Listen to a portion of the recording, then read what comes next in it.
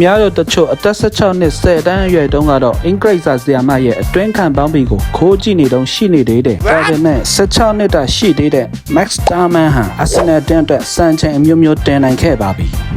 TRD မှာ Max Starman ဟာ Arsenal အတင်းအတွက်6ပွဲပါဝင်ကစားခဲ့ပြီးစုစုပေါင်းကစားချိန်153မိနစ်ရှိခဲ့ပါတယ်။သူဟာတကိုးပဲတွင်းယူနိုင်ခဲ့ပေမဲ့အဲ့ဒီဂိုးဟာကန်နာဒို Everton ကိုအနိုင်ရဖို့အတွက်အရေးပါတဲ့တွင်းဂိုးတကိုးဖြစ်ပါတယ်။ဒါအပြင်သူဟာအောက်ပါစံချိန်တွေကိုပါတင်နိုင်ခဲ့ပါသေးတယ်။ Number 1 Premier League မှာပါဝင်ကစားဖူးတဲ့အသက်အငယ်ဆုံးကစားသမား Number 2 Premier League မှာပွဲထွက်ကစားဖူးတဲ့အသက်အငယ်ဆုံးကစားသမား Number 3 Premier League မှာဂိုးတွင်းယူနိုင်ခဲ့တဲ့အသက်အငယ်ဆုံးကစားသမား Number 4 Premier League မှာချန်ပီယံဆုကိုစွတ်ခိုးနိုင်ခဲ့တဲ့အသက်အငယ်ဆုံးကစားသမားပဲ